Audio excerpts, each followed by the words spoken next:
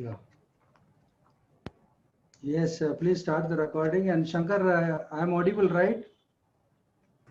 Yes, sir, you are audible, sir. You can go ahead, sir.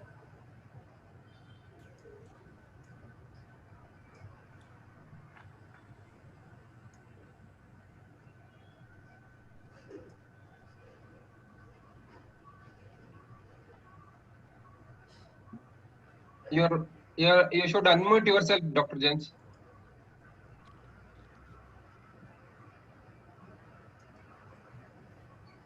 Good morning, everyone. We are going to start today's session. A very warm welcome to everyone.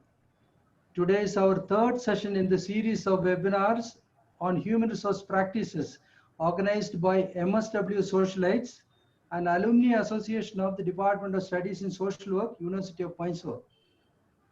Welcome all the participants, and especially today's resource person, Dr. Madheti Victor Prasad, Vice President, Human Resources and Strategy, Elmeasure India Private Limited. He will talk on Great Place to Work, certification and role of HR. As you are aware, our webinar series was inaugurated by Professor Y.S. Iddegoda, Honorable Vice Chancellor of Tumkur University, and our guest of honor was Mr. Sri Ganesh MB, Employee Relations Advisor, Manipal Global Education Services Limited, Private Limited, and Secretary General of INPSWA and Vice President, International Federation of Social Workers, APAC region. Our first technical session was on creating high performance organization by Mr. Jebakumar M, Director Merit Matters and former chairman of NIPM Karnataka and Mysore chapters. And the second session was on emerging trends in Indian labor laws by Mr. Govindaraj, General Manager HR of Kern Levers India Private Limited. Both the sessions were extremely good. I am sure that today's presentation would also exceed the expectations of our participants. I thank Mr. Sima Shastri of Prime Events and Conferences for sponsoring Zoom meeting. The questions will be asked at the end. I request everyone to keep your mic in silent mode, and you can chat in the chat box. Now, may I request Mr. Chidananda Vasant, our alumnus and Associate Director of Human Resources of Mylan Laboratories Limited, Bangalore, to welcome everyone officially and introduce today's presenter, Dr. Madheti Victor Prasad. Over to Chidananda Vasant. Good morning, sir. Good morning, James, sir. Thank you. And good morning, everyone. Dear friends, today our friend Dr. Victor Prasad is going to talk about the Great Place to Work certification and role of HR. Let me introduce our speaker, Victor Prasad Kumar. Currently, he is working at Elmeasure India Private Limited as a Vice President, HR and Strategy. Dr. Victor Prasad is a strategic human capital management leader, facilitated various leadership development programs, is a change manager, senior talent acquisition specialist, employer branding, and thought leader driving strategy and businesses. Drives a succession and career planning, talent management, creating an optimum talent pipeline, design and delivery of assessment and development centers. Is a HR strategic implementer of 3S like strategy, structure, and systems. Dr. Victor Prasad is a human resource strategic business partner with more than 2 decades of HR leadership roles at various organizations. He has started his career at NFCL, Nagarjuna Fertilizer and Chemical. It is a agribusiness organization which was located at Hyderabad, and worked as a personal assistant. Later, he worked for a hospitality sector, India Tourism Development Corporation as an assistant manager HR, which was at New Delhi. Then moved to a logistics company called GATI Limited as a zonal manager, is in Bangalore. Later worked for ABS India Private Limited as general manager. It is a telecom sector located at Bangalore. Then moved to Kamas Vectra Motors Limited, automobile sector, and then worked for a electric power generation company called Emerson India Limited as a general manager HR. His last assignment was with TRMN. It is a Japanese-based multinational company located at Dobaspet as a general manager HR there. So Dr. Victor Prasad is a postgraduate in social work. He has done his MSW in 1994 from University of Pune. He's also a law graduate. He has completed his LLB in 1998 from Osmania University, Hyderabad. He's also a doctorate in human resource management, PhD completed in 2010 from Andhra University, Visakhapatnam. And he has also done PG diploma in HR in 2019 from XLRI, Jamshedpur. Dr. Victor Prasad is actively involved with national HR professional bodies and a life member of NIPM, life member of NHRD, former vice president of Tumkur HR Forum and executive committee member of, and he's also executive committee member of NHRD Vasur chapter. Was a member of a board of studies at various management colleges. At present is a member board of studies at Krishna Jayanti College Autonomous, Bangalore.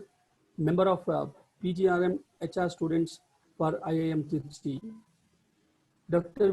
Victor Prasad's wife, Epsiba Rani, is educationalist and a social entrepreneur. They are blessed with two boys, Mr. Jonathan Caesar and Mr. Joshan Clement. So this is all about a brief background about Dr. Victor Prasad. Now I request Dr. Victor Prasad to take over the session. Thank you. Thank you so much. Thank you, Mr. Chidanand, for the lovely introduction. Thank you so much. Now, Dr. Victor Prasad, now you have about 1 hour's time and probably about 15 minutes of question answer session. And it is over to you. Okay, thank you very much, Dr. Chidanand, for introducing very elaborately, which made everybody to have more expectation. I remember Javakumar's presentation, very exceeding expectation. Okay, so anyhow, thank you, Dr. James. Thank you very much for MSW Socialite for giving me, considering me to be one of the panelists to discuss. Thank you, Jeba, for introducing me to this. Thank you for Venkatesh Murthy and all the senior people around. I'm sure a lot of educationists are there. Some students are there, entrepreneurs are there. I really thank you. I'm indebted that you have given me this opportunity to share my experience so that we can walk together, learn together, and understand how much we can utilize our best. I'm trying to drive down to some of the basic principles of MSW, where we can be a successful HR professional. That's what was my thrust into. So if you should pardon me, some of those people, dignitaries who are there, not an MSW, no offense, but I wanted to make it more lively and encourage MSW students and the faculty and the people who are there in MSW studying and working to get benefit and to get enthusiasm to start as an HR professional. So I'll take an hour time, as Dr. James said. I'll share my screen now. In between, if you have any issues, you please can talk to me or raise a hand.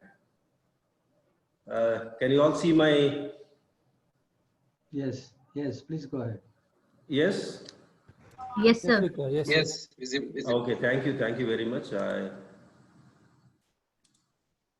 So as I said, today we're going to talk about the Great Place to Work certification and the role of an HR professional. Agenda for the day is that I would like to talk about people practices for a great place to work, where it has a couple of things which they generally consider, whether it is an NGO, it's an organization, educational institution, or a manufacturing facility, or an logistics. Irrespective of the company, an organization is an organization. Starting from a small unit like a family to the biggest organization. So there are two areas where people will look at when it comes to people practices, that is cultural audit framework and employee trust index. So I'm going to talk about a little bit about these two to get to know what is it people practice and how is that a great place to work certification happens. And I also would like to throw a small light, 5 minutes, on culture and the organization culture. Because everything, when we say cultural audit, we should know what is culture and organization culture. In detail, we will understand about what are the 16 people practices which are a foundation for Great Place to Work certification, which all of us are practicing, but only thing is This is a framework where we are going to work on. And I'm also going to talk about evolving role of HR professional. I'll be taking something from Dave Ulrich model. And last, maybe one slide where I would like to say that professional HR, professional social work education with HR specialization, how they can be a successful HR professional. As we have seen, part one of Great Place to Work certification is about assessing an organization, people related management practices. So that's what they call it as a cultural audit.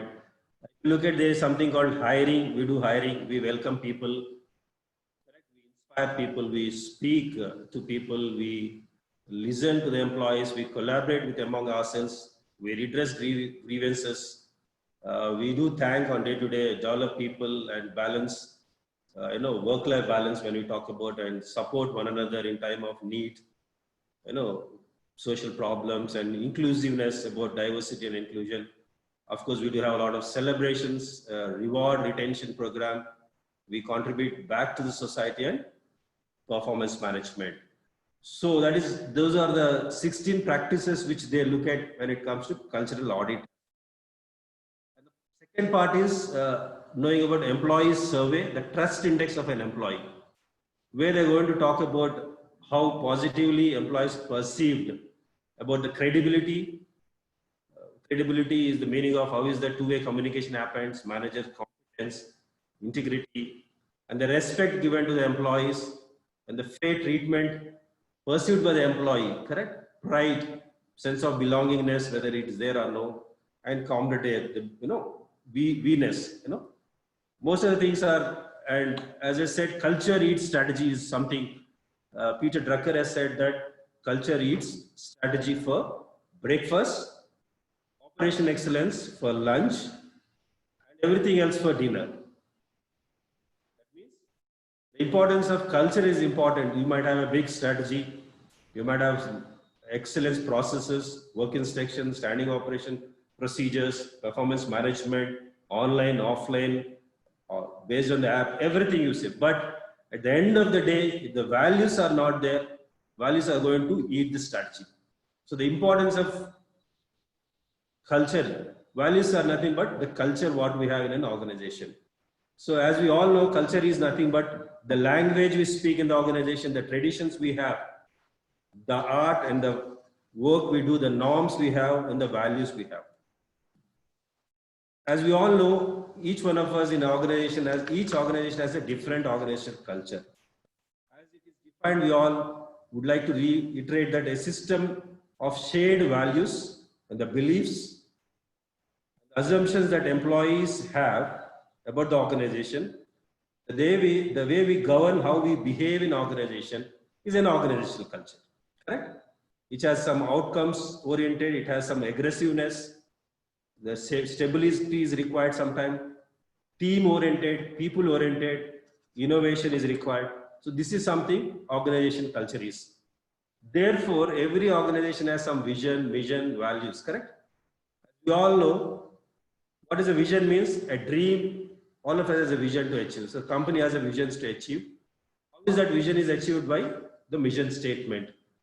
And when we want to achieve this vision with the mission statement, there are certain values we have to follow, being honest, transparent, loyalty, correct? Ethical, corporate governance, all we call about values. So for our understanding, the guiding path for an organization under the strategies, the goals of the company, the objectives we have, and the activities we do. Strategic objectives means KRAs, activities mean the tasks we do in each department, each function. And the culture is the values we have, the practices we follow, and the behavior we show. As we know that cultural iceberg, what we see in any organization is the behavior and practices, but not observable is things that under the iceberg.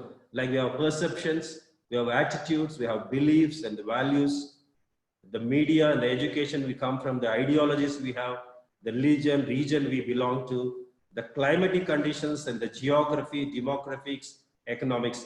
These are all underlining non-observable things, but what we see apparently in an organization is the behavior of the employee, behavior of the people, and the practices we have. And there are types of organizational culture. Like we have bureaucratic organizations, competitive organizations, community-oriented organization, entrepreneurial organization. Bureaucratic organization means what is there in central public sectors and the government, what we run, and the competitive, the new sunrise industries which are coming, entrepreneurial is what we are known for Silicon Valley of India, correct? A lot of entrepreneurial works are coming, organization, that is the thing. Community oriented is something which we do in our NGO, non-governmental, non-profit organization. So each organization has a different culture, different strategy, different values, different practices. So the people practices for a best organization, as we have seen, the 16 practices are there, which every one of us does. As an HR, I do hiring, I welcome people, I inspire people, I speak on day-to-day, and we listen to the people. I'm going to take you through all the 16, maybe each one for 2-3 minutes. The major part is going to be here, correct? So hiring, when we say, we all should understand commonly what is a hiring. Hiring is nothing but to ensure that cultural fitment of a prospective employee. As we have seen, the different cultures have a different organization, has a different culture. So primarily, we need to work towards our policies and practices which will attract a potential talent and create friendly environment for a prospective employee. Okay. The role of HR is here to disseminate and educate the hiring managers, because hiring is not done by HR people, correct? HR people facilitates. The hiring manager is different, the HOD is different, the leader is different. Okay. So they need to talk about the company culture when they come, and they need to tell about the learning opportunities we have for organization, because any new employee comes, we need to make him feel comfortable at home, correct? And the career path we have, and we need to be prepared, not simply start asking, making them offendable, intimidate them, but prepare, read the resume, understand about, we need to do as an hiring manager, so that we to make the employee who is coming a cultural fit for us and make him comfortable. Here I would like to draw an attention that the MSW education will definitely enable us to understand the importance of being empathetic. We will relate the social conditions, the problems they have, the social strata they come, etc. Correct? Which is very, very important so that we can get connected. So therefore, the hiring, which is a cultural fitment of a prospective employee, HR role has very, very important role in an organization. Apart from the process is always there, you have an online way of doing it. You use the social networking sites to hire people, you do interview, you do some psychometric assessment, all that is there. But I would like to draw from the cultural fitment perspective of hiring here. The next practice is about the welcoming. When we say welcoming, to welcome a new employees to the company, and facilitating and creating a positive environment. Here the role of HR is positively communicate the manager, the hiring manager, the person who is going to be reporting. Okay, to appreciate the good performance and give the feedback for various improvement, and they need to handle them, integrate him into the new team. Correct? There's always a concept called storming, norming, performing in communication, team management. So that is a responsibility of a manager. Okay. Generally, when we welcome, we just do on the first day and leave it. No, it is a responsibility, joint responsibility of HR and the leadership to make feel welcomed, handling them. Here, when I say social work education will enable us to treat new employees a new case for us, case work principles we need to use, where we need to handle them maybe for the next 6 months until they get integrated, until they understand their roles and responsibilities, integrate with the team, start performing. That's a role we need to play when it comes to welcoming. Inspiring, as again, is how are we, an organization, inspired to feel that the new employees have a meaning of their work, not just doing their job. Here we will reinforce about the values, vision of the company. We all know that unless we know the value we are bringing in to the employee, to the lowest of employee, it's not that just writing and value, vision statement, mission statement, 5 lines and values and leaving it. Our day-to-day work has to revolve through our values to contribute to the vision through the mission statement. So that is the important thing which we need to drive as a leader, the importance of walking the talk by the leaders. People, we generally see that they say something, but they don't do it. So we need to reflect and tell the managers that they need to practice vision, mission, and always sharing the success story so that they can move. When it comes to speaking, it's nothing but what are the distinct ways in which managers, especially the leadership, share information in general, all the employees, fostering a culture of transparency. So when we say speaking, a transparent culture has to be by the senior leadership. Okay, so that is where the role of an HR will come in. When we say change management, change manager, we need to change. CEOs has to have a buy-in. Okay, so we need to share the information about them to the employees about the progress of the company, to the suppliers, customers, the best management practices and the policy we have. And sharing the information at regular meetings, reiterating the values, speaking the transparency is what our role as in speaking for the HR. When we say listening is nothing, we generally say that listening is one of the important aspects in communication. LISTEN, if you reorganize it is called SILNENT. All of you are being very silent listening to me because you're being a very active listener. So to create an opportunity to employees to express feelings, thoughts, listening is complete only when we allow them to express their feelings and thoughts. So that's the objective. So HR has to facilitate and participate in being an active listener, encourage certain processes like script level meetings, creating opportunities to talk at regular intervals, being a responsive, not reactive. We all know what is a responsive means, being calm and composed, listen, don't just react. Especially the leaders, because they need targets to be achieved, they want tasks to happen, they always be very reactive. So our responsibility is to make them very responsive, not reactive, and not being very judgmental or prejudiced. And we also have some tips here to improve our effective listening, like we need to stay focused, detect emotions, asking questions. Detect emotions is becoming a little difficult in COVID, post-COVID, because of Zoom. Okay, don't interrupt, don't preempt. You know, these are the paraphrasing, these are the active listening skills we always know. We need to practice, we need to tell people to practice. That's our role as a listener. And the next one is about collaborating. In organization, we have a lot of collaborative ways where we need to foster, make employees to make suggestions, become involved in making decisions that affect their jobs, and work environment has to be improved, and whole direction of the company has to go. So for which we have certain processes like cross-functional teams, project management. We have a lot of tools now available, okay, software tools to manage, and we also have some best of tools like Kaizen, best management practice, employee suggestion. These are the things which we have to facilitate and encourage in an organization to be a collaborative organization, collaborative team. Grievance redressals as how employees can address their grievances, their undesirability of workplace situations, how is it they are able to resolve the conflicts with their managers is what. And we have a grievance redressal policy, and I remember Mr. Govind saying that grievance redressal committee, GRC, is coming up.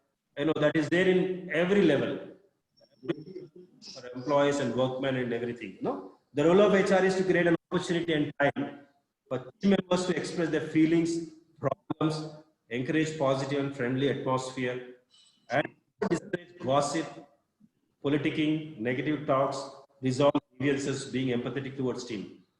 There is always some politicking, but when we are being transparent, when we redress with fairness, then we can always resolve the grievances where we help guide them, support them, And we also need to practice something called thanking, showing appreciation for employees for the good work and the extra work they do. HR will generally create a policy and practices to facilitate spontaneous separation of team members, team outing on an achievement of projects, appreciation by giving mementos, awards, best employee award, best employee of the work, in the department, or suggestion, whatever, all those awards we'll keep giving. So various scenarios of appreciation of managers is appreciating an employee for a job well done at the appropriate time, appreciating a consistently hardworking employee, appreciating an employee with a great sales performance, appreciating an employee who offers an unconditional support in time of need. There is always some people go beyond and above, correct? Appreciating them is important. Because of you, we are moving in the right direction. Thank you so much. These are the things which we need to always tell to the team who are performing. Thank you for taking a company into the an unbelievable position by your hard work. Basically, we are reiterating that thanking people, appreciating in the right time, right way, not only waiting for the time of appraisal or goal setting meeting and start rating. That is what is one of the best practices of thanking. We also have something called developing people, helping employees discover and develop their talents, challenge themselves professionally, manage their careers, and enhance their personal growth. So for which we need to always, the role of an HR is to create programs to build people by mentoring programs, coaching, skilling, job rotation, training programs as such. As we have seen in the culture, when we develop people, they change their behavior. The change of behavior will be reflecting in growing business. Okay, developing people and guiding people is to create a change and take action. Okay, and we have 5 essential aspects of developing people, which you all know. Basically, we are writing how do we demonstrate interest in them, add value when you can to the employees, managing energy and flow of their employees, giving appropriate feedback, and being available for them to listen. As they say, when there is a problem to the team, by listening to them, half of the problem is gone. Which again, from our background of education, where we always say that give people to an active listening. So this is one of the practices which we look at. Supporting. When we say supporting, how are we supporting employees at time of significant life events like personal crisis, loss of job because of COVID, loss of job for recession, illness, somebody is died, somebody is birth, welcoming. The objective is to be empathetic, encouraging them, people them. Not that we are only focusing on their targets, their roles to achieve, but we also have to educate people that support them with an employee counseling. And the reporting managers should also understand the team members' dynamics of having the problems among themselves, and support sometimes financially and even to the extent of going to the visiting the house of the residents of an employee who has a problem. And these are the things which we need to always practice when it comes to supporting, not only telling, but also doing. That is what is supporting practice we call. We also have something called work-life balance, where we say distinct ways of helping employees to work their life, both at personal and family. Okay. And this is one of the latest thing. I think today's in post-COVID-19, we could immediately change new norms to ask people to work from home. But it is not so easy or good when people are working from home. When I listen to a lot of people, they say, we are working more than 8 hours or 12 hours or 16 hours, which is actually not a work-life balance. The role of HR is to discourage employees to overstay at the office or encouraging employees to spend quality time. Because some of our organization, our past experience, we say that boss is working, the team has to stay. But we consciously tell them and say that boss will work. Once the time is over, you need to go home. You have a family to take care. And when the person goes back, a happy family person is a happy employee, correct? So that's where we need to encourage. We have to introduce some flexi working, 5-day work week, compulsory leave. All these are general policies and practices we need to do. Program and organizing various sports and all. And the next practice, what we call about inclusion, where we talk about the programs, policies to promote diversity, equality, inclusion is something which we have. Our role is to practice what we say. When we say privilege for all, no discrimination either by gender, color, should be there. to recruit more women, we need to encourage and implement what are the best practices available. Empowering employees at workplace is important when it comes to inclusion. And the celebration is also important. When we say encouraging fun, camaraderie, belongingness is always there. So where we encourage people to actively participate in year-long, we have employee engagement calendars, some of the organization. We have various programs we do without affecting their production, without affecting their targets. We have certain programs we do. This is what we need to always encourage them and continue to celebrations. And rewarding is also one of the important when it comes to promote fairness. When we say reward, it's not just an employee, the money what we give. It's a total reward program we call, correct? Where we have not only basic pay what we give, we have a variable pay, short-term, long-term incentives, benefit plans, performance and service recognition, and career development. The role of HR is positively to communicate the reward programs to the employees. Any program is, again, money is important. Capacity to pay is important. So even if you are giving a nominal one-digit employee annual increment, our responsibility, even though we may not be happy as an individual HR professional, but always communicate positively the program what has been rolled out, because that is the role of an HR to positively communicate what is the big picture of the organization, why is that we are not able to do, and recognition of an outstanding performance we should be done effectively, very fairly and transparently. Okay, so as we say, there are certain ways of rewarding employees intrinsically. That is, grant more autonomy to employees. There's no policy, but you grant an autonomy, you delegate, your team member will feel happy, and that is an intrinsic reward you are giving. Promoting a sense of self-fulfillment and being driven by the purpose. So once we take the big picture of the organization, the purpose, what we do, what is the product we are making, ultimately how is that helping the society at large, once we keep reiterating, that will help a rewarding an intrinsic employee being rewarded internally. And we encourage social interaction between employees. After the evaluation of social networking, WhatsApp, we need to encourage them. Certain organization will have restrictions of usage. I do agree there is a restriction required when it is a manufacturing setup where you need to single flow work is required. But otherwise, for other people, we need to always encourage social interaction between employees and provide opportunities for career advancements, investing in personal development and well-being of our employees. These are the certain ways of rewarding employees intrinsically, which there is no policy written, but we need to educate to the leaders and the managers so that they will delegate, help them to understand and accept these employee rewarding intrinsic programs. The next one is about the contribution what an organization does go back. Here the role of HR is giving back to the society. Nothing but the community development activities which we studied in HR. So educators, education gives us people, where philanthropic work, CSR initiative, focusing on how employees participate in and derive value from these efforts. So we always have these community programs of being a corporate social responsible citizen. We teach them, we adopt a village, we support NGOs, okay, and a lot of welfare programs what we do as an organization, where we convince the management, where we involve the employees in voluntary work, what is a contribution back. Here also we do have a greater role in convincing the importance of giving back and developing the community is important. And we also have the last but least the 16 practices, performance management. How are we managing employees' performance?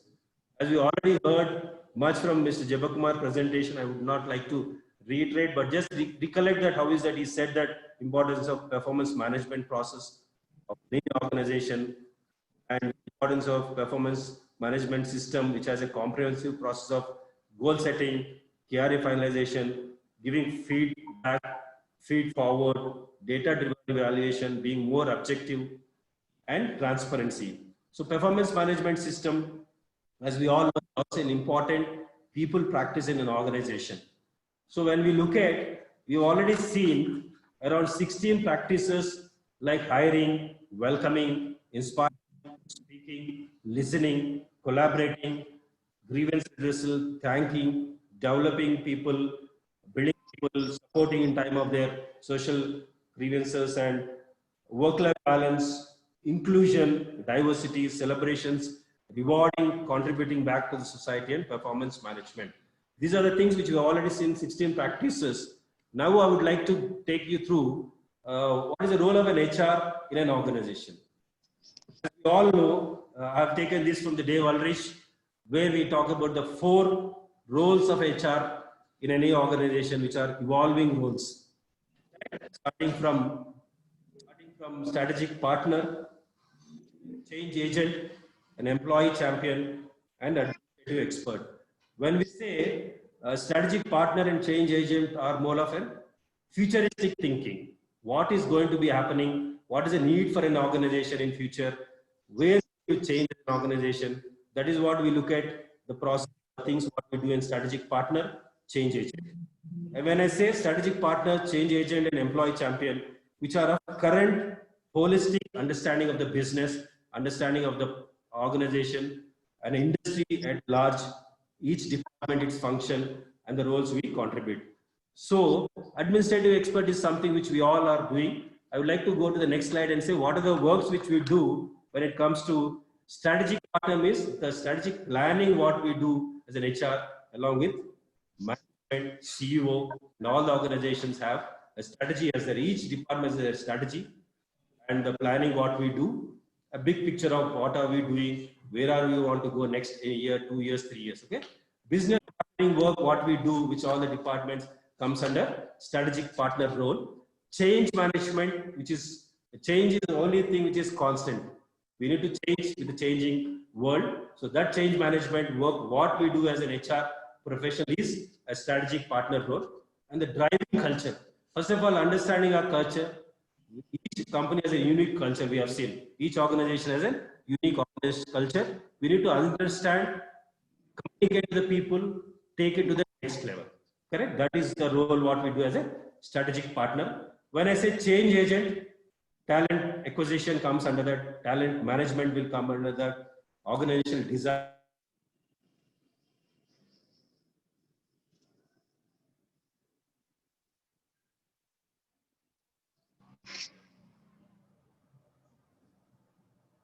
Performance management is, as we have heard, day-to-day performance is important, and achieving the goals is important.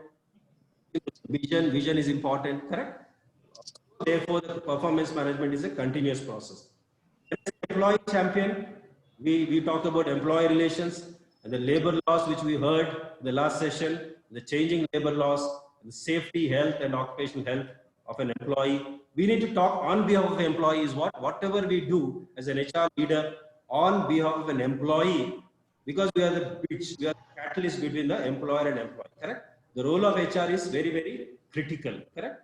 And also promoting diversity, inclusion is also a role which comes under employee champion.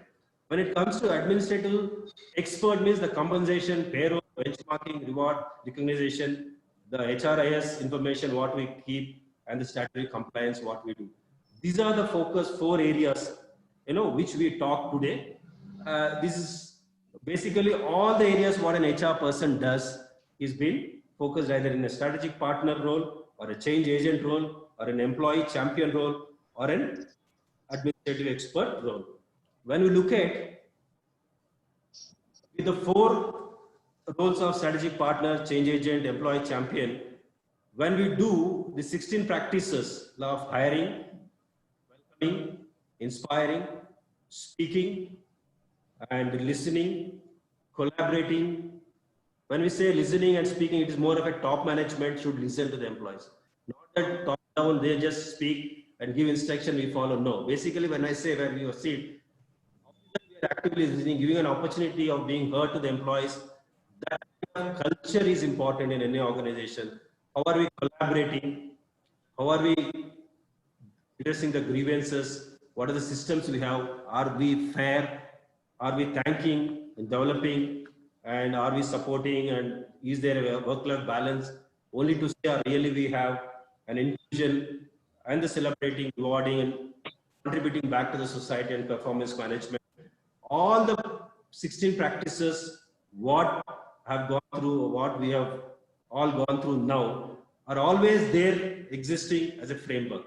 Only thing is, generally people do not know. But once we know that these are the best practices, which will qualify an organization to be a great place to work, and this is the framework followed across the globe, irrespective of an organization, if it is an NGO, if it is a new industry like logistics, whether it is a small organization, big organization, everywhere these things will happen, correct? As a people leaders, we need to always focus these things.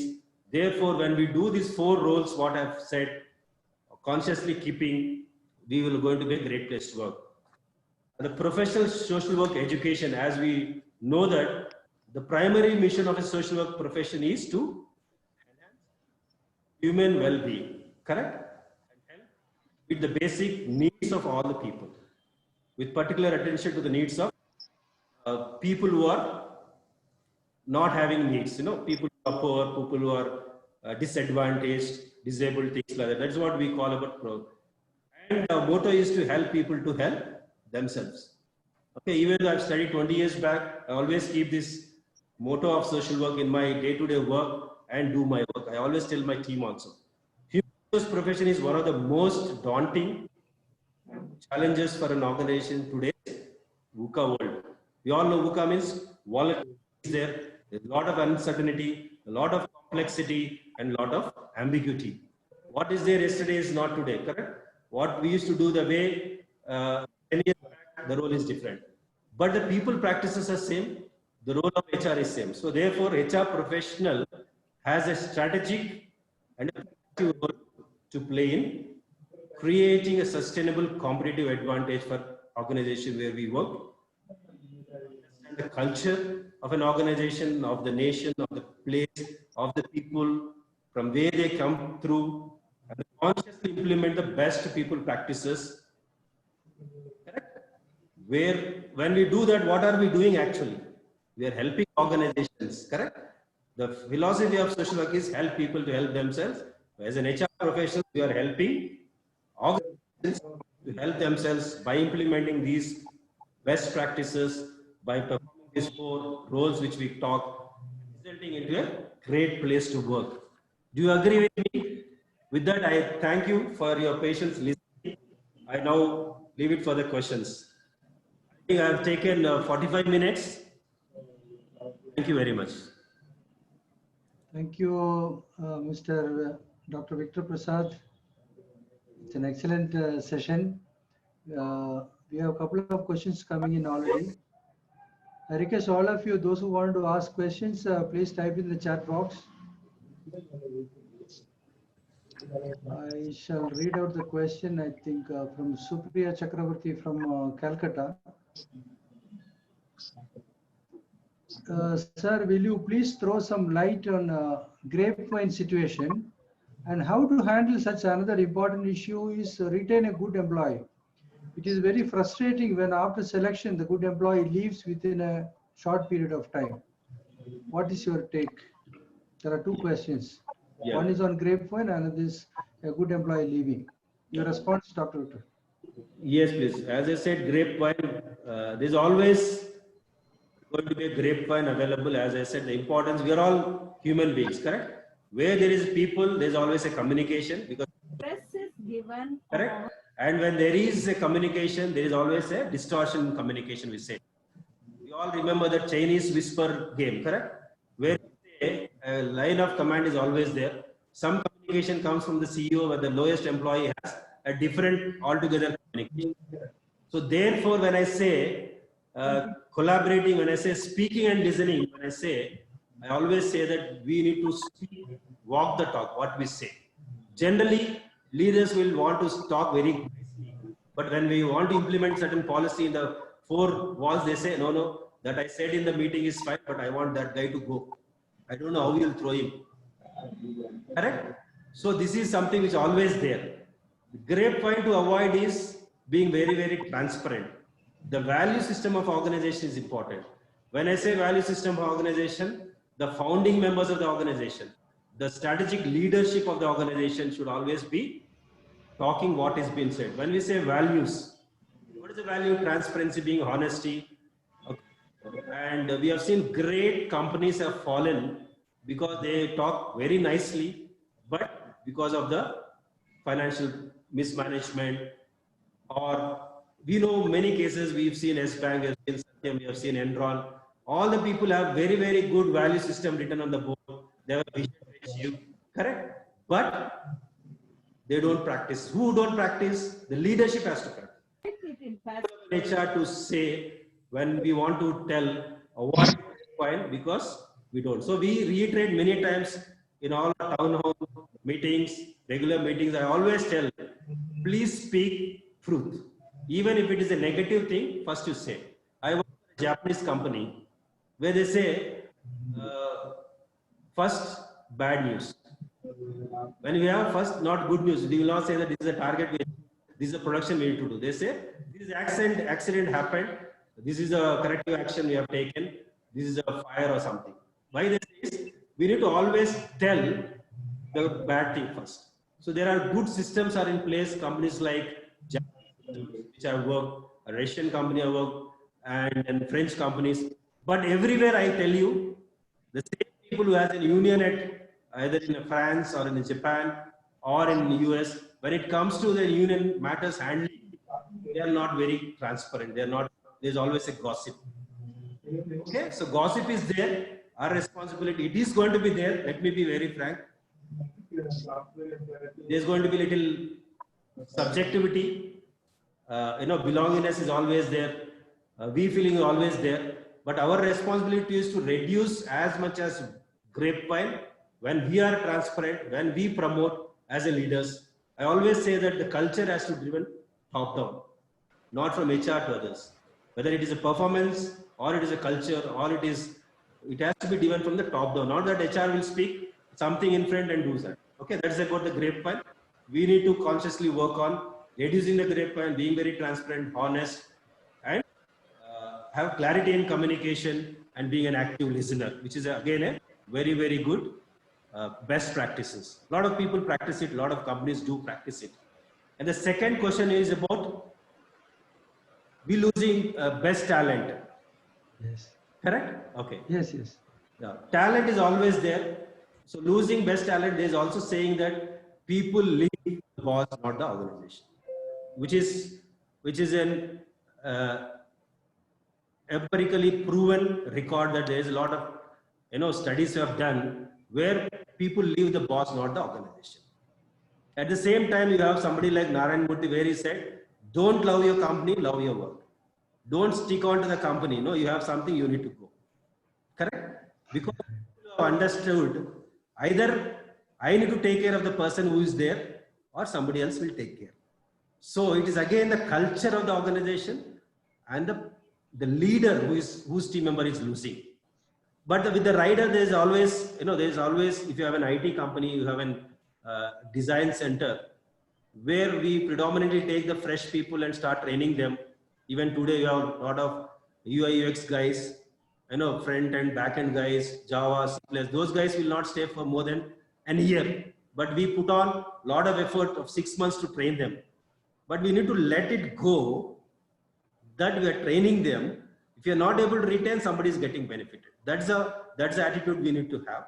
Also, we need to preempt and say, excuse me, who is the person who is leaving? Can we do something? Can we talk to the HR? Can we talk to him and say, yes, your need is there? That's where in our practices, we always said that we need to talk to them at a continuous basis, because as we all know that somebody is decided to go today, he is resigned. 3 months or 5 months back, he thought that he should resign. Maybe a discussion with his HOD, maybe a policy decision which has been given, an increment given, or he has not been given the credit for the work he has done. Something is there, okay? That has triggered an employee to think, I think this is enough, this is not right place to move. So we need to trigger those things as a leaders, as a hiring manager, department, and HR also has to have eyes. We need to keep our eyes and ears open, they say. Correct? So we need to let go people But the primary responsibility of us is to retain them to the extent possible we can retain. Okay, even in the sales force, people who work for some time, suddenly they get a lot of targets, they're able to success, they get contacts. Then one of the big company will say, you come and join, that fellow will join. We cannot give 100% hike. It's a fact of life, correct? So we need to let go. That is where it comes about our programs like how are we developing people? How are we inspiring them? How are we rewarding them? Intrinsic values, we say, correct? As we all know that motivation has intrinsic and extrinsic motivation. Not everybody is living for the money. Yes, money is important. Yes, everybody has to get the money to the next level. People will keep going. But as we have seen, the values has to be practiced, and we need to let some people go and let some people preempt and keep them. So that is a part of life. So we should let it go. We should understand, accept it. Thank you. I hope I clarified it. Thank you, Dr. Victor Prasad. And there are a lot of appreciations, typed in the chat box, saying that excellent presentation and so on. A couple of questions are there. Yes. Mr. Thirumaran, as he's asking how to handle a non-performing employee. Your response, Dr. Victor. Yes. Non-performing employee, I with the request from Jabba to allow me to talk because he is the expert on performance management. He has already spoken about performance improvement plan. Yes. Okay. That's the first We step always actually. have, even the bell curve we use now, some of the big organizations have discarded the bell curve, but we still use in some of the organizations. There's something called feedback, feed forward, goal setting. So there is always, when you have, for hypothetically, if you take your 100 people, there's always 2% of the people who are not performing, or 5%. Can you please, someone is, I think, need to mute. Someone is speaking by keeping the audio on. May I request someone? Yeah, it's unmute. Yes, thank you. Sorry for that. So there's always somebody who's not performing. So as we heard, performance improvement plan is a must.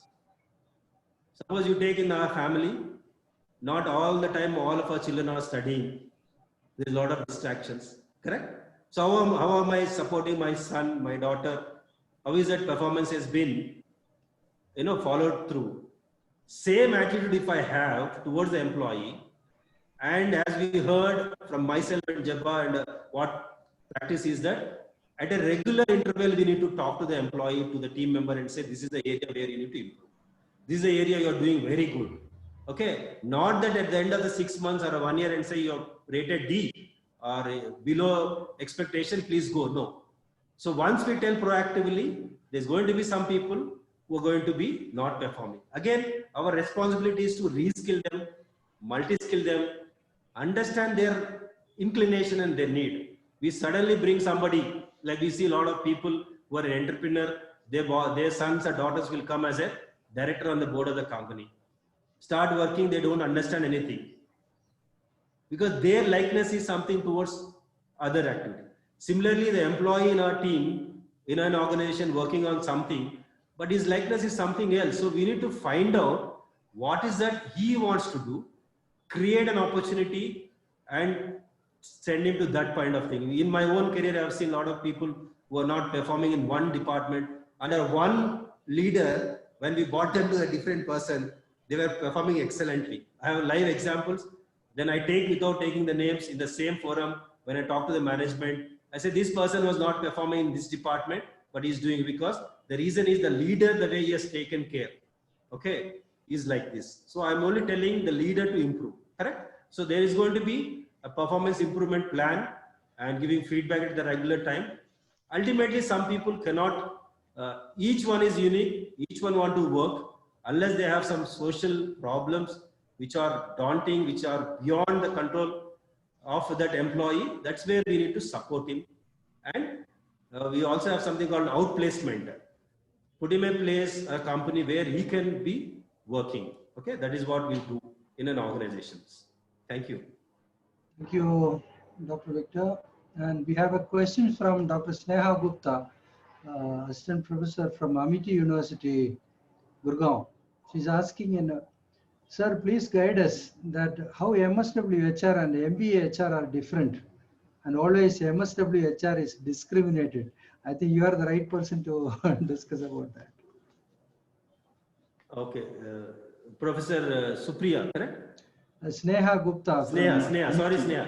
So, Sneha, you are heading MSW department or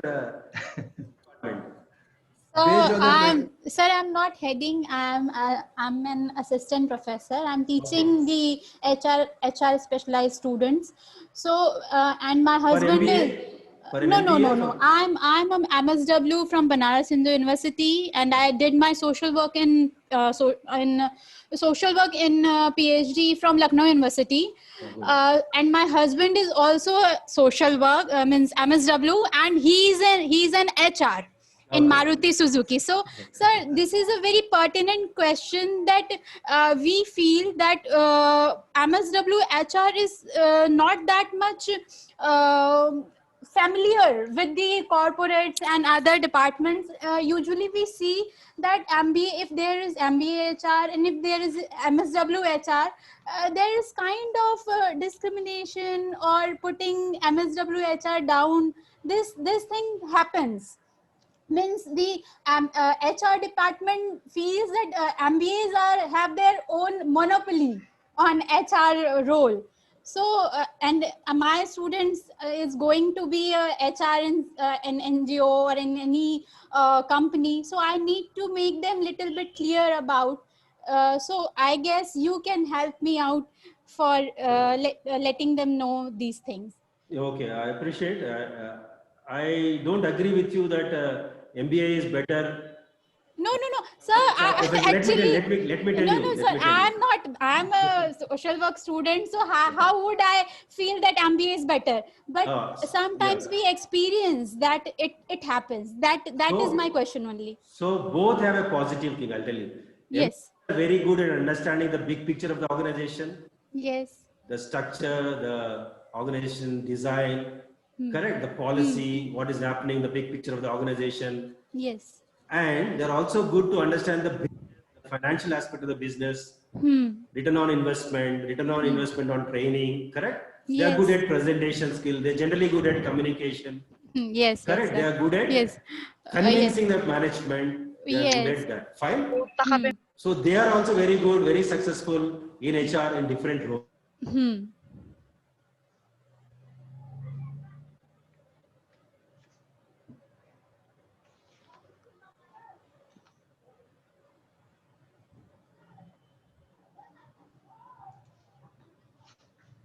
Excuse me, sir. I cannot hear you. I guess video is paused. Mr. Dr. Victor Prasad. Shankar, please check the link. Yes, I'll just check. Who was on sir? I think it was disconnected. I think we got connected back. Yes, sir. So as I said, there are also positiveness of people from MSW background. Yes, sir.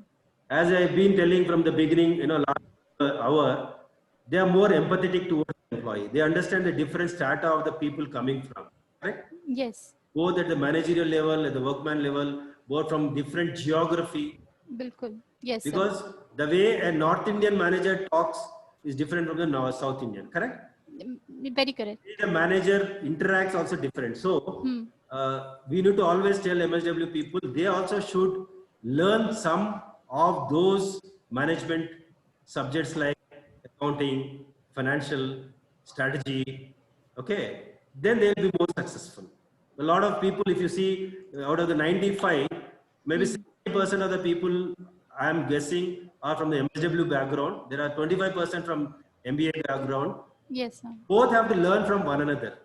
Okay. You need to learn something which is good from the MBA. People who have studied should also look at and see what is the best skills which are in MSW understanding is there. And the unison of both will help to be a successful human resource professional. Because a lot of HR people from MSW background have become managing directors of the company, CEOs of the company. Yes, sir. They have become entrepreneurs of the company because they know the pulse of the people.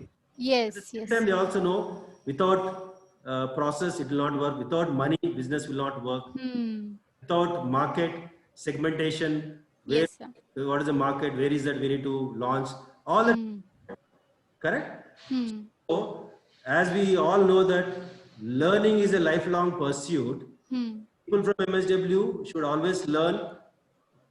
Do not remember the basics, but learn what is there from the MBA subjects which for the organization. Same way, people from MBA should continue to learn, giving presentations, telling the management, the board, what is required, but also understand the ground reality of the people and the needs of the people, being sensitive to them, being to them, being at them place, like Kaizen and what we call. I'm sure your husband is working for MSIL.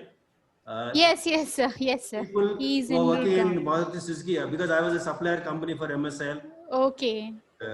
Toyota. So I knew MSIL and TKM, the way they work. Most of the people who are successful, they are also from MSW. Yes, actually, yes, it is very true. Yeah. So thank you so much, sir. It is your responsibility to tell to your students, taking example of the people who are successful, MSW. Yes, sir. HR, And with do an their input that best. they will also grow. Sorry. Yes, sir. Thank you. And do their best. Yes, sir. Yes, Thank you yes. so much, sir. And congratulations for very informative session. Thank you so much. Thank you, Sneha. Thank you very much. Thank you, Dr. Victor. And we have another question Yes, please. from Mr. Rudra Mishra. When changing labor laws gives more power to management and hire and fire policy seen as a merit and economic prudence, does this value systems, sir, talked about holds? Dr. Victor Prasad? So, can you, what is that value system? When changing labor laws gives Yeah, more yeah. power to management and hire and fire policy seen as a merit and economic prudence. Now we are talking about this value system, whether it will hold good. That's what he's asking. Yes, Rudra Mishra. Thank you for the question. A very good one. But yes, if you look at, as per my understanding, 90% of the labor laws which were there as 120 or 200 labor laws has been coded as 4 labor codes, correct? 4 codes. Correct. As we heard from the expert like Govindraj, after the second labor commission and all things like that. If you look at, I have handled a lot of union leaders. They are more knowledgeable on labor laws than myself or a lot of HR people. So our responsibility is, when we say the value system, what is that we are talking to the union leaders? What is that we are telling to the grassroots workmen, whether there's a union association or not? What is that we are talking to the employees? If the walk of the talk is in unison what management talks, a lot of values, as I said, should be driven from that. If they are there, I'm sure it is not very difficult to put it into practice of what has been amended in the laws. But always we need to be fair and firm when we want to deal with people. There's always people who are litigant, people who do not work, union leaders will not work. We have gone through that, all that. I work for a public sector undertaking where people never work, but they have been treated at par with the manager, given an office and car and things like that. I've also worked with a company where there's a strike. We have to close it for 3 months. Nothing has been done. But we also had a lot of negotiation meetings where we always tell, yes, management also will start negotiating, telling about we are not doing well when the time comes from settlement. But I always insist that tell the truth. In the public domain, everything is available now. You cannot say that there is a LTS wage settlement is coming up, so you keep telling that business is not good. We are less compared to all that is not profitable. Return on investment is less. Raw material is costing. All that people will tell. We have also gone through that as a part of negotiation. But we all have to insist when honest, transparent, value. There are companies like running without any problems because they are more honest when it comes to values. They give workers participation in management. They give their due when it comes to what is required to them. Above and beyond, they have extended a facility like 5S and all at the home also. Some concept they give at the home. People have to get buy-in. So if we are all an HR professional, follow the values in spirit and truth, not just to say. I still have a problem struggling with myself now after working for 20 years. Some of the value system we are not able to follow, our leaders will not follow. I try to do it at my level, correct?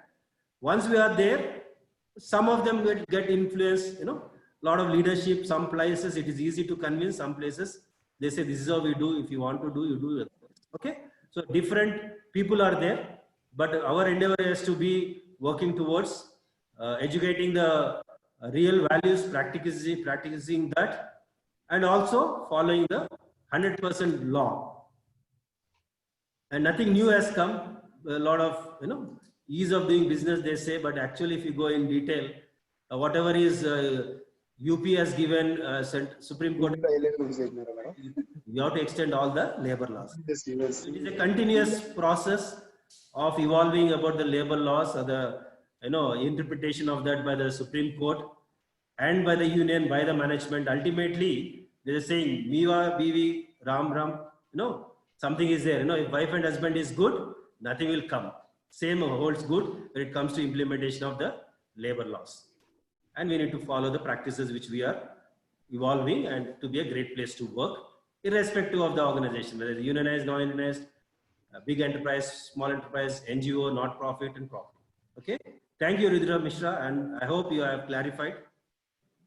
Thank you, Dr. Victor Prasad. A couple of psychology students are there. Yes. Ms. Aarti Shekhar is asking one question. As psychology students, if we do MBA HR as a PG course, then what will be our role in a company or an industry?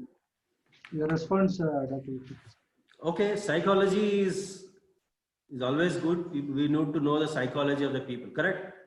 We always have something called ego, id, ego has to be there, correct?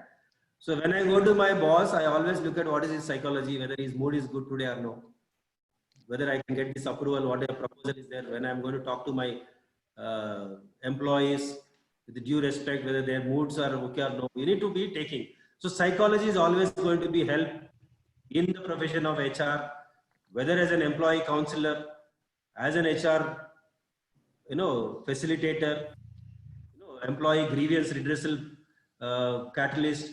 So psychology is going to help you, correct? At the same time, we also know what is the people requirement and the need of the different psychology has a different background from where they come, their upbringing, their, all that is there. So definitely it's going to help if you are a psychology student, wanted to pursue MBA or for that matter, MSW, will definitely land you in an HR role in any of the progressive organizations. And one thing you need to remember is whether you do MSW, MBA, psychology, MA, or MPhil, PhD, when you start working in an organization, you need to work from very, very scratch with a minimum money. Okay. And build ourselves so that people should pay for you. It will take some time.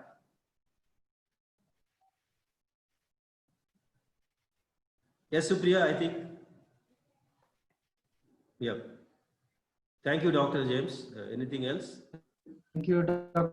Victor Prasad. There are a couple of undergraduate students with us. Can you hear me, Dr. Victor Prasad? One more question. There are a couple of undergraduate students. One is Senthil Kumar. She's asking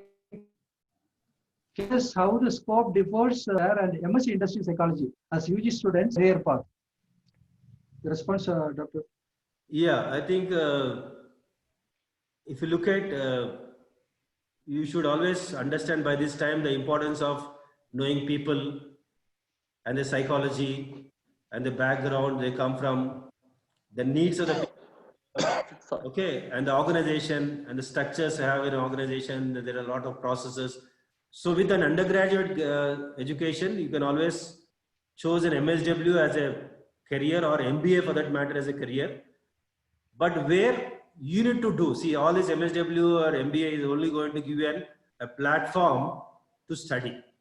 How is that you are going to utilize the data which is available? So now in today's information age, if you Google, everything is available. There's nothing, they say information vomit we call. data available there, but how is that you're going to use it? What is you need to, whether you want to become a business partner role, or you want to become a compensation benefit manager, or you want to become an expert in handling with the people grievances, or you want to be a training, understand the training, be a training coordinator, or you want to get into compensation benchmarking. Based on what role you want to do, you have to go into the MBA or an MSW. Start working towards those, what are the latest concepts are there, what is the basic tenets available, and study. So definitely you will be a successful.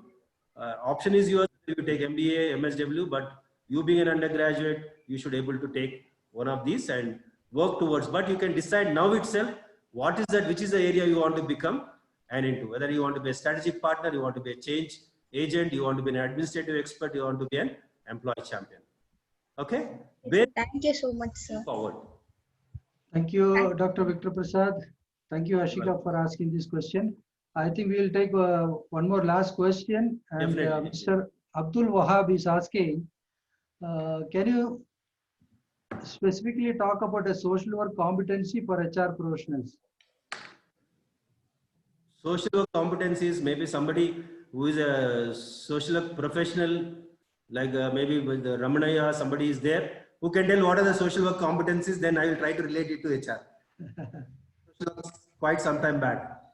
What are the competencies? I did refer one of the competency in my slide where I said that social work competency is to enhance human well-being to help meet the basic human needs of all people, with a special reference to poor, destitute, women and all is there. I have taken that as an mission of the social work. I really want someone to help me, to educate me what are the other competencies of a social work education today. I feel everything is related to HR. That's what I have tried to derive from each of my practices. But if I miss something, maybe someone can throw light who are in social work educator and the competencies which are helping in being a better HR professional. To the forum, someone like Ramanaya, Sri Ganesha.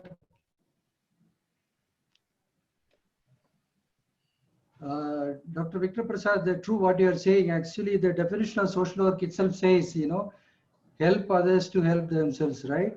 Yes. So that connects everything. Actually, that's a very great competency in all our HR, services.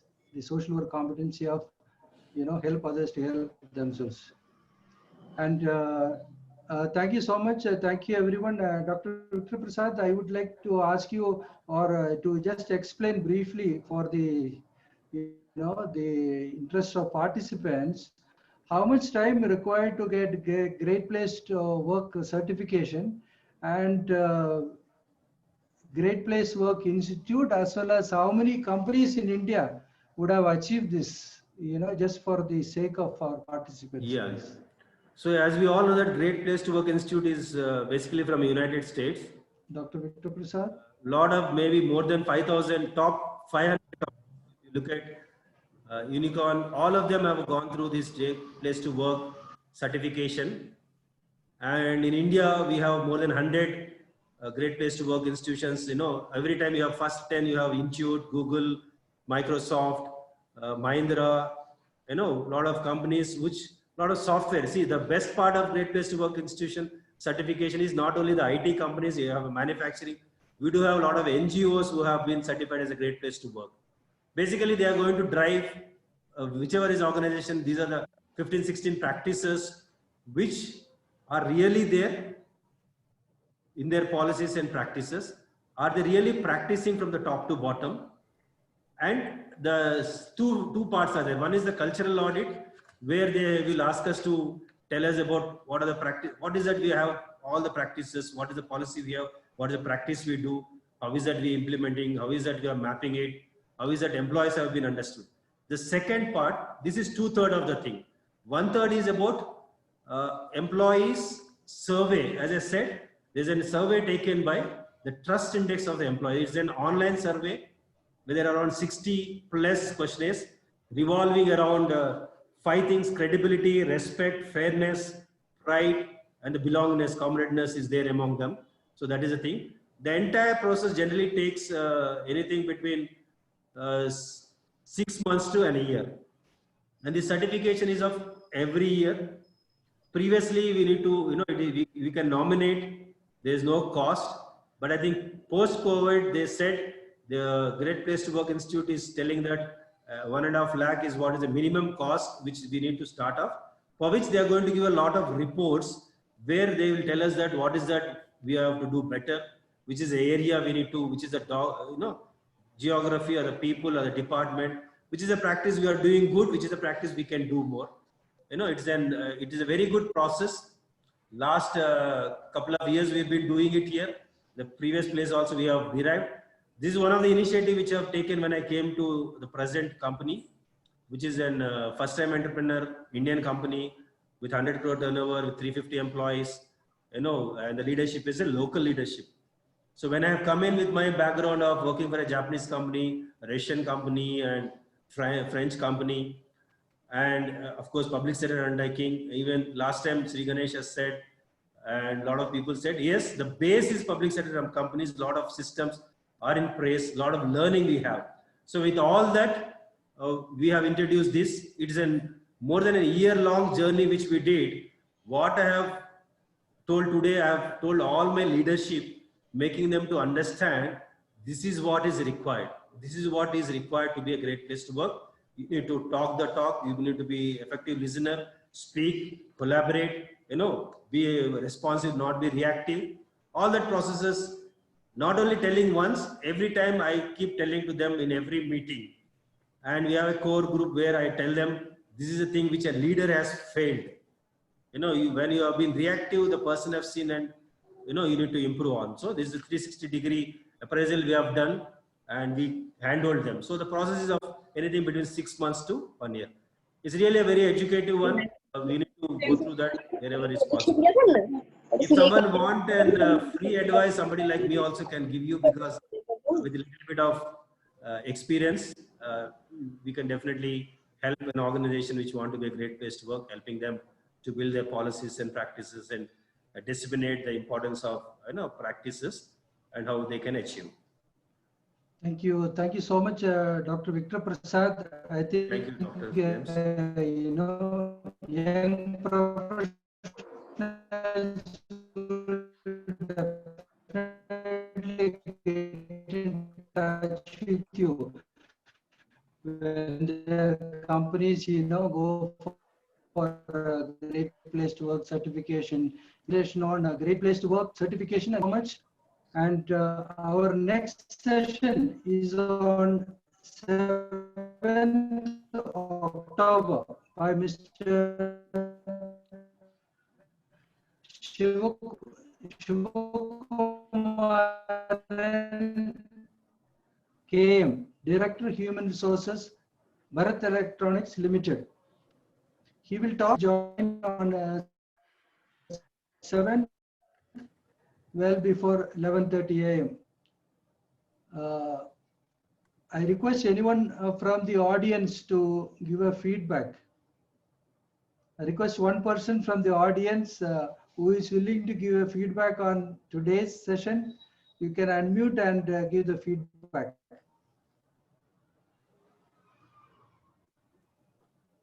Good morning to everyone. Okay, I think people use. Sir, Yeah, please go actually ahead. being a student, this was totally an eye-opening session for us. We got to know so much knowledge about the role of HR, the people's practices and everything. And I'm sure this will help us to be a good HR professional in future. Like this was like a stepping stone or a seed for us. So thank you very much, sir. Thank you, Ashika Senthil Kumar, for your, response and the feedback. Thank you so much. Mr. Jayakumar, would you like to add any few points? I think.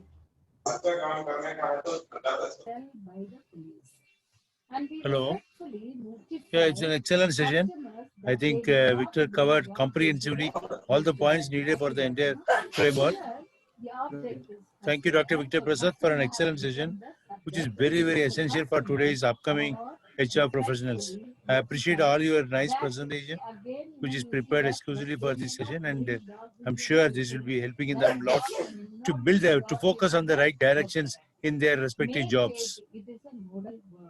Thank you, Mr. Jayakumar. We are coming towards the end of the session. May I request Mr. Venkatesh Murthy, Vice President, MSW Socialites and General Manager of Quest Corp, Bangalore, to propose and sum up the session as well as propose word of thanks. Mr. Venkatesh Murthy, please. Thank you, Dr. James. So the today's topic, the Great Place to Work certification and the role of HR, was presented by our Victor Prasad. So Victor Prasad, recently I met him one of the conferences, HR conferences in Salem recently. He is very sweet and calm and quiet person. Like his qualifications speaks, MSW, LLB, PhD, XLI, HRM. He justified his qualifications for this presentation, I believe. I hope everybody enjoyed the presentation. A few points which I thought let me highlight. He, context was set by him very in the first slide itself. How this certification works. Basically, the culture audit and the trust audits surveys, how they will take up, and how the culture plays a very important role in an organization, and 16 people practices, which is covered very elaborately, and the role of HR as well as that too, particularly HR social workers, social work HR. So you can call it as social work background HRs, how they can play a role in an organization to build a better or great place to work environment. So very fruitfully he was mentioning culture is a breakfast, excellence is a lunch, and all other things falls under the dinner category. So this way he has covered very nicely the presentation, how in an organization organization is important to make profits or grow further by developing people practices and having culture, values, and the practices, the three core areas which we touched upon, and how HR leaders should use that as a role models, and the leaders also should give an opportunity for all the employees, those who are coming on board to the organization, how they should take care of people, develop people, train them, or give them an opportunity to think, participate, empathize, and counsel them wherever it is required, shape them as a better people, and how we can reward them, recognize them, make them to work as social work or CSR partners in an organization. So by the way, organization will grow, employee will grow, contribute to the society also as a social workers. These best practices he has covered elaborately, and he was mentioning as a HR how he should be a very strategic partner and change agent, as an administrative expert and employee champion, yes. So I think that was a wonderful way of putting across the role of HR. I think there was a question from somebody. So how this VUCA world may HRs will play a major role.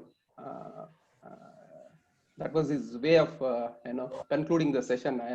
I was so happy that yes, definitely this presentation will help the professionals, teachers, students, and scholars in a greater way to take up this as a profession. That to social workers, like he was one of the questions which he was answering, MBA and versus MSW. Yes, there will be a lot of differences, but yes, we are not less than MBS.